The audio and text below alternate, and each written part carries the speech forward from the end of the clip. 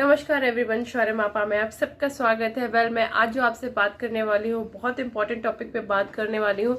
But video start करने से पहले please hit the bell icon to get the notification of my videos and subscribe my channel.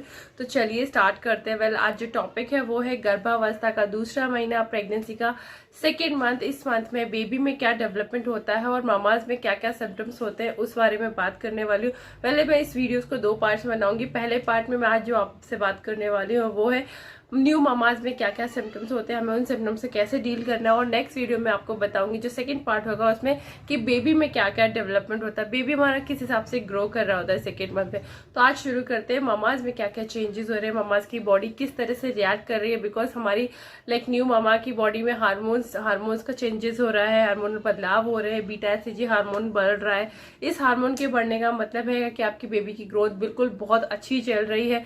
Because ये hormone baby की growth को बहुत support करते हैं और इन सब हार्मोनल चेंजेस की वजह से ममा की बॉडी में बहुत सारे चेंजेस होते हैं। ये सिम्टम्स हमें उन्हीं चेंजेस की वजह से फेस करने पड़ जाते हैं।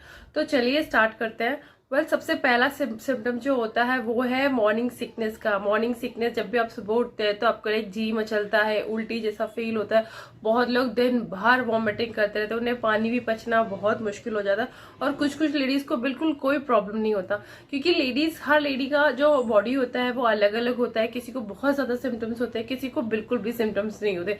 अगर मैं मेरी प्रेगनेंसी की बात करूँ तो मुझे थ्रू आउट दी प्रेगनेंसी सिर्फ एक सिम्टम्स था कि मुझे बहुत भूख लगती थी, मुझे कोई वॉमिटिंग वगैरह कोई सिम्टम्स नहीं था। पर कुछ लेडीज को इसका बहुत ज्यादा असर होता है। तो जैसे ही आप मॉर्निंग में उठते हैं उसका सबसे अच्छा सोल्यूशन ये है कि आप मॉर्निंग में उठ के कुछ ड्राई स्नैक्स जरूर खा लीजिए, उसके बाद ही पानी या लिक्विड कुछ भी लीजिए। इससे आपको एकदम से पल्टी का प्रॉब्लम नहीं होगा।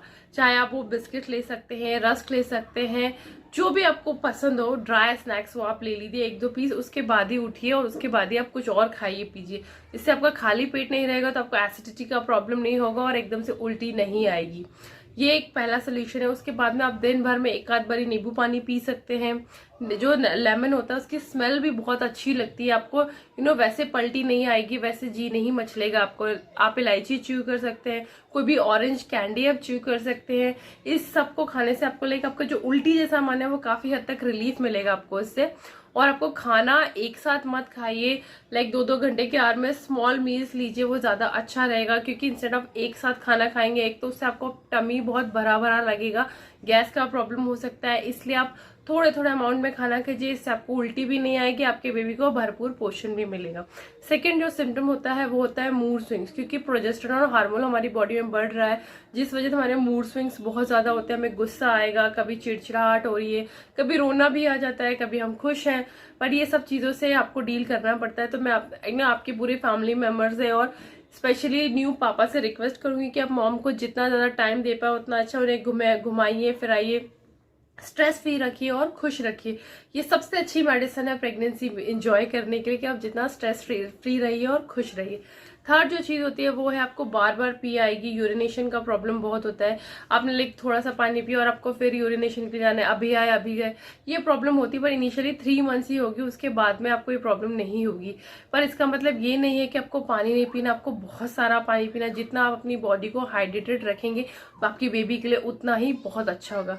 फोर्थ सिम्टम होता है ब्रेस्ट में टेंडरनेस हो जाना। आपका जो ब्रेस्ट होते हैं बहुत हैवी फील होने लग जाते हैं, उनका जो ब्लैक एरियोला रहता है वो पार्ट बहुत डार्क हो जाता है, ब्रेस्ट पे हल्के हल्के छोटे मार्क्स ब्लैक्स हो जाते हैं। बट इट्स कम्प्लीटली नॉर्मल, इसमें आपको बिल्कुल टेंशन लेने की जरूरत नहीं है। जैसे आपकी आपका डिलीवरी हो जाएगा आपके ब्रेस्ट पे से वो मार्क्स भी धीरे धीरे चले जाते हैं। तो इसके लिए आपको एक सपोर्टिव ब्रा पहनने की जरूरत है जो आपके ब्रेस्ट का जो हैवीनेस है जिस वजह से उनमें ढीलापन ना आए और वो प्रॉपरली टाइट रहे, तो आप एक अच्छी सी ब्रा चूज कर सकते हो। उसके लिए साइज के अकॉर्डिंग ही देख लीजिए, क्योंकि आपके ब्रेस्ट जो है वो उनका साइज इंक्रीज ही होगा। तो आप एक्स्ट्रा जो अगर आपका 34 साइज है तो गो फॉर 38 वंस, तो ज्यादा अच्छा रहेगा। ये प्रॉब्लम होती है अगर आप फर्स्ट प्रेगनेंसी में, और अगर आपको एक्सपीरियंस है तो ये प्रॉब्लम बहुत ज्यादा फेस करेंगे। उसके बाद जो सिम्टम्स होता है वो होता है कॉन्स्टिपेशन का प्रॉब्लम, गैस का प्रॉब्लम, हार्ट बर्न का प्रॉब्लम। ये तीनों ही प्रॉब्लम एक दूसरे से कनेक्टेड होते हैं। इसलिए आपको मैं बिल्कुल रिक्वेस्ट करूंगी कि आप जब भी खाने में खाएं तो एक फाइबर युक्त फूड खाएं। आप दालें यूज करें, मोटा अनाज खाएं, दलिया, ओट्स और फ्रूट्स खाइए इंस्टेड ऑफ जूस, जिससे आपको बॉडी में फाइबर जाए और आपको कॉन्स्टिपेशन का प्रॉब्लम बहुत हद तक कम होगा। गैस के लिए आप हर थोड़ी देर में, आधे घंटे में, 1 घंटे में 5-5, 10-10 मिनट का वॉक लेते रहिए। मिर्च मसाले का खाना थोड़ा अवॉइड कर दीजिए ताकि आपको हार्टबर्न का प्रॉब्लम ना हो। स्ट्रीट फूड प्लीज मत खाइए, एटलीस्ट 3 महीने तो बिल्कुल नहीं, बिकॉज मैं नहीं चाहती कि कोई भी बैक्टीरियल इन्फेक्शन हो जो आपके बेबी को हार्म पहुंचाए। उसके बाद में जो प्रॉब्लम होता है सिर दर्द, थकान, बहुत कॉमन प्रॉब्लम है, इसलिए जितना हो सके रेस्ट करिए, आराम करिए। प्रेगनेंसी पीरियड है, इसको एंजॉय करिए अच्छे से।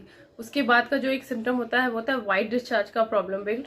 थ्रू आउट दी प्रेगनेंसी हमें डिस्चार्ज होता रहता है, स्मॉल अमाउंट में वाइट डिस्चार्ज, बट अगर आपको इस चीज का ध्यान देना है कि बहुत ज्यादा नहीं हो रहा हो और अगर ब्लीडिंग का डिस्चार्ज हो रहा है तो आपको तुरंत डॉक्टर से संपर्क करना है।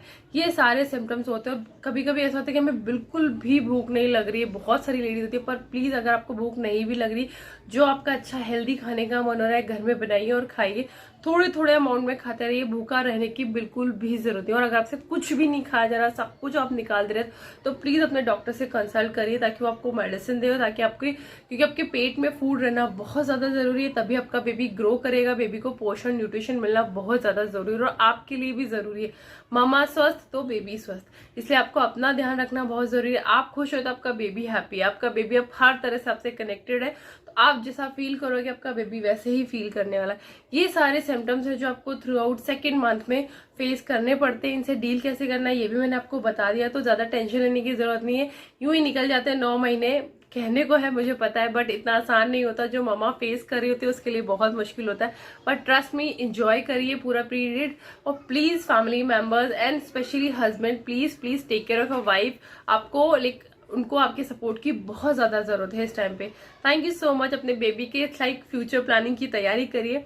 All the best, thank you so much. Like button को प्रेस करिए, subscribe my channel and hit the bell icon and लिखे कमेंट में आपको क्या क्या सिम्टम्स हो रहे हैं, आप उनसे कैसे डील कर रहे हैं, और अगर कुछ और हो रहा है तो वो भी मुझे बताइए। मैं उससे भी उनका भी जवाब देने की पूरी कोशिश करूंगी, बिकॉज सारी प्रॉब्लम्स मैंने अपनी प्रेगनेंसी में फेस करी थी। सो please write it down in the comment box. Thank you so much. Have a good day and take care of yourself. Thank you.